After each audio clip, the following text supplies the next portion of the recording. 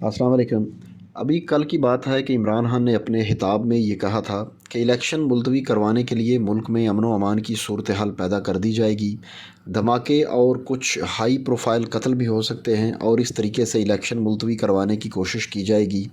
अभी ये सिर्फ खबर की हद तक था कि मीडिया में ये खबरें भी गर्दिश करनी शुरू हो गई कि इलेक्शन मुलतवी करने के बारे में सोचा जा रहा है।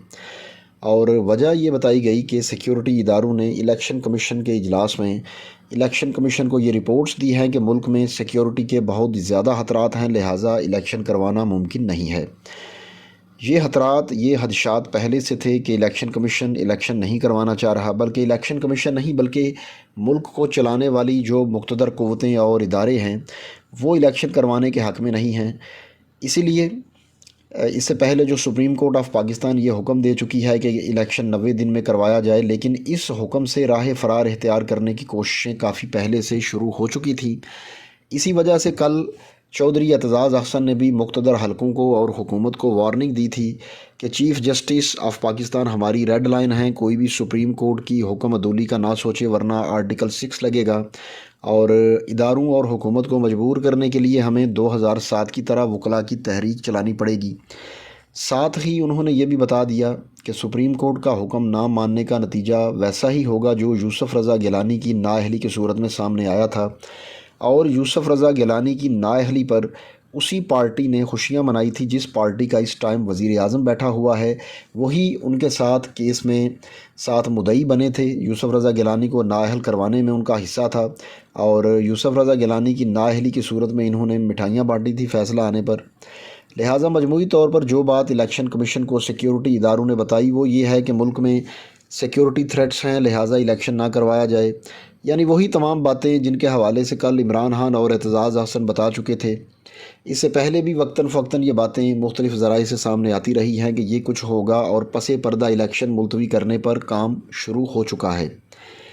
एक तरफ हमें बताया जाता है कि सिक्योरिटी इदारों ने बड़ी ज़बरदस्त सिक्योरिटी दी है और PSL हो रहा है, वहाँ हज़ारों की तादाद में लोग इकट्ठे होते हैं और अल्लाह का शुक्र है PSL अच्छे तरीके से हो रहा है, मुल्क में बड़े पुरअमन तरीके से जारी है।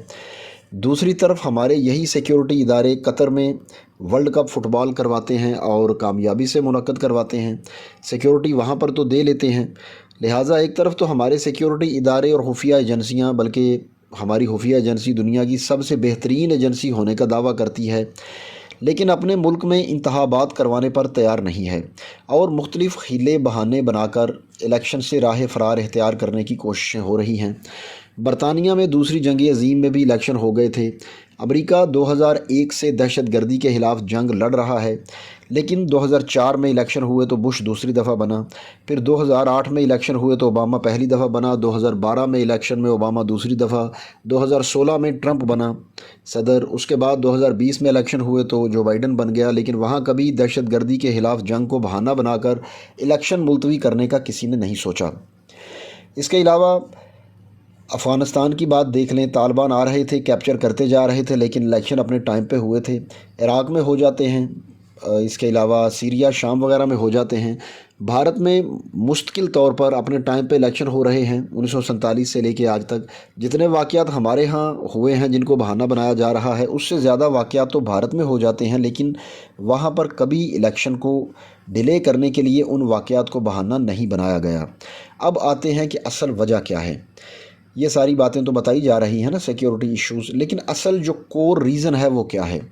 ये सब बहाने हैं इलेक्शन मुलतवी करवाने के और असल वजह ये है कि इलेक्शन अगर होता है तो नज़र आता है कि इमरान खान भारी अक्सरियत से हुकूमत बनाएगा।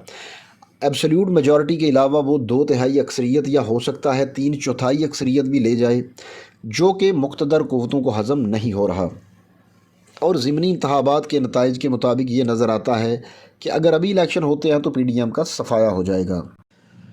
इसके अलावा और वजह ये भी है कि अगर इमरान खान दोबारा आ गया, यानी इमरान खान 2 जो होगा वो इमरान खान 1 से ज़्यादा ख़तरनाक साबित होगा और वो कुछ करे या ना करे, रजीम चेंज के किरदारों को ज़रूर सज़ा देगा। कमीशन भी बनेगा, JITs भी बनेगी اور اپنے ساتھ تعاون نہ کرنے والوں کے خلاف ہو سکتا ہے انتقامی کارروائی بھی کر دے۔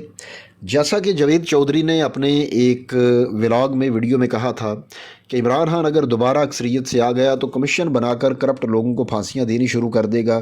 اب اسٹیبلشمنٹ پہلے کی طرح اسے اپنی بات نہیں منوا سکتی، بلکہ وہ سویلین سپریمیسی کا نعرہ لگائے گا اور مقتدر قوتوں کو ایک طاقتور وزیر اعظم چیلنج کر رہا ہوگا، ایک ایسا اینٹی اسٹیبلشمنٹ وزیر اعظم جس کے پاس 2/3 اکثریت ہوگی۔ آپ اسے محلوط حکومت کی ایک آدھ پارٹی کی طرف سے بیانات دلوا کر بلیک میل بھی نہیں کر سکیں گے۔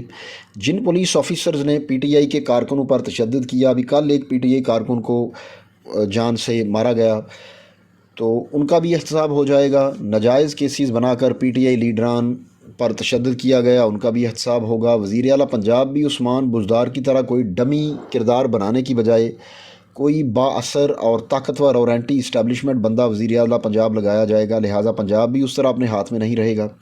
لہٰذا اب الیکشن کمیشن کے اجلاس کی کارروائی میں سیکیورٹی اداروں کی بنیاد پر رپورٹ سپریم کورٹ میں جمع کروائی جائے گی کہ سیکیورٹی ادارے کہہ رہے ہیں کہ الیکشن کروانا ممکن نہیں ہے، اس لیے الیکشن ملتوی کیے جائیں، لیکن سپریم کورٹ اس موڈ میں نہیں ہے، کیونکہ وہاں پر جو چیف جسٹس عمر عطا بندیال بیٹھے ہیں وہ کہہ رہے ہیں کہ جلد از جلد 90 دن کے اندر الیکشن کروائے جائیں، اور اگر یہ بات نہیں مانی جائے گی تو توہین عدالت لگے گی، آرٹیکل 6 بھی لگ سکتا ہے، اور یوسف رضا گیلانی کی طرح موجودہ وزیر اعظم کو 5 سال کے لیے نااہل بھی کیا جا سکتا ہے۔